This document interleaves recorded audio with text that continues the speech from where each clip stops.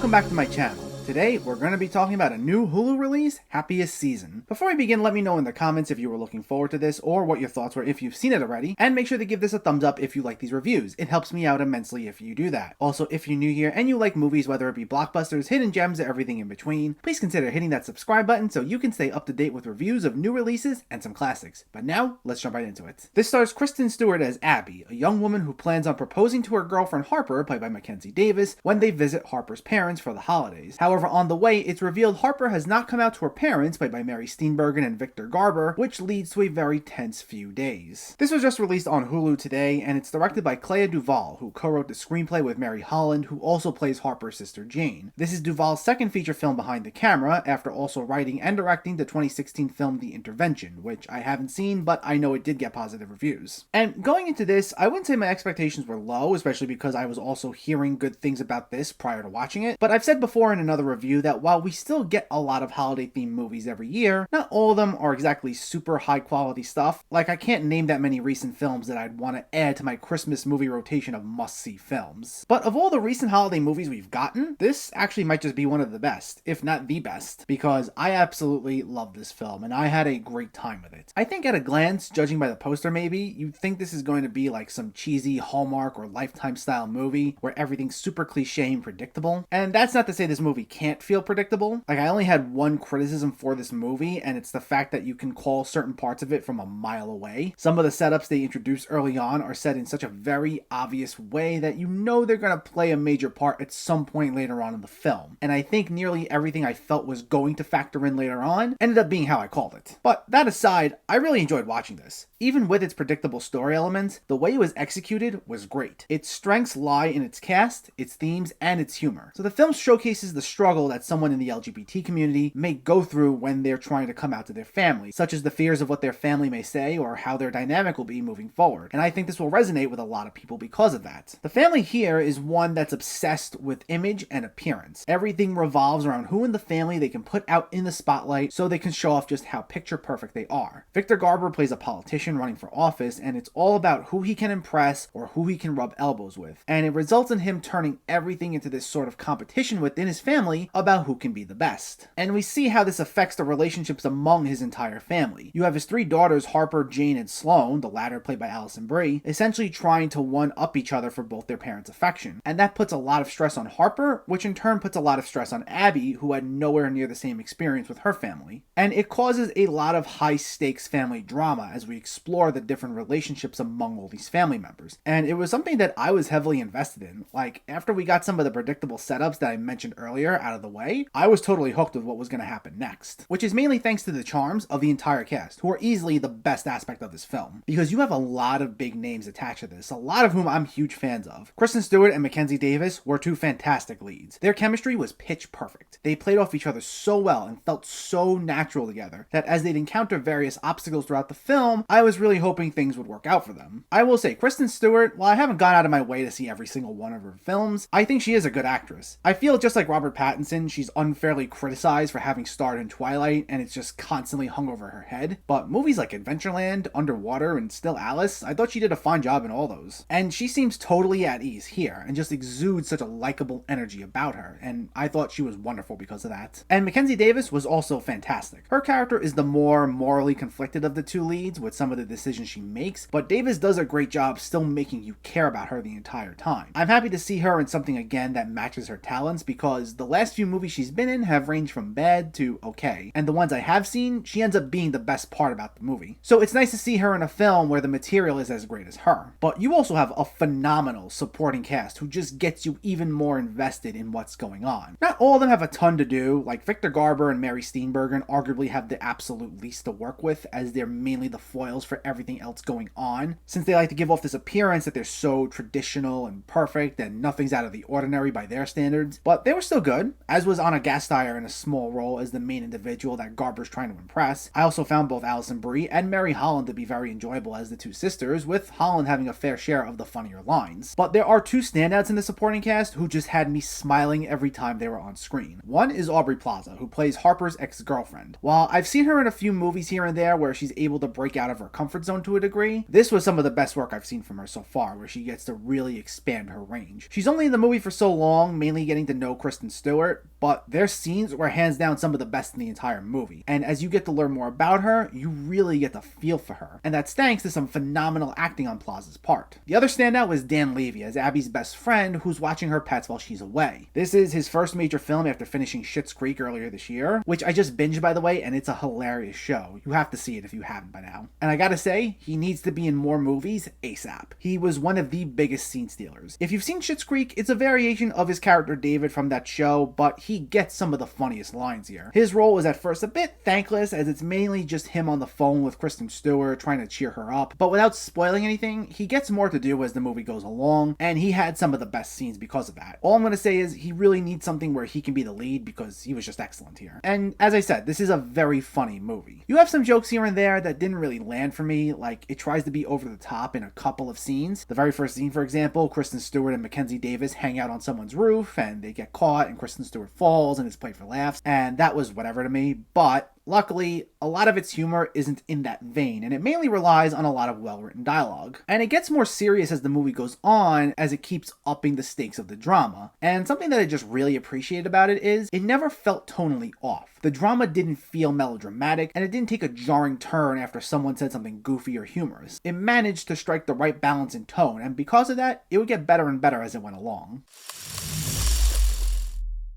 This was such a nice film. It can feel a bit predictable at times, but it makes up for that with an extremely funny script that managed to strike the perfect balance between comedy and drama. It's a film that kept upping the stakes as it went along and has you invested the entire time, especially as it leans more into its themes. On top of that, you also have such a likable cast with everyone giving a great performance, with some big standouts being Aubrey Plaza and Dan Levy in the supporting cast. It's a warm, cheery film that may become a new holiday favorite, but works on so many more levels than just that. It's on Hulu now, and I highly recommend checking it out. Happiest Season gets a 9 out of 10. So let me know, did you see Happiest Season or are you planning to see it, and what were your thoughts? Did you find it funny? Did you enjoy the story? And what's your favorite movie with Kristen Stewart? Let me know in the comments below. If you enjoyed this video, please like it and share it, and for more movie reviews and film discussion, please make sure to hit that subscribe button to stay updated. Thanks for watching everyone, and I'll catch you next time.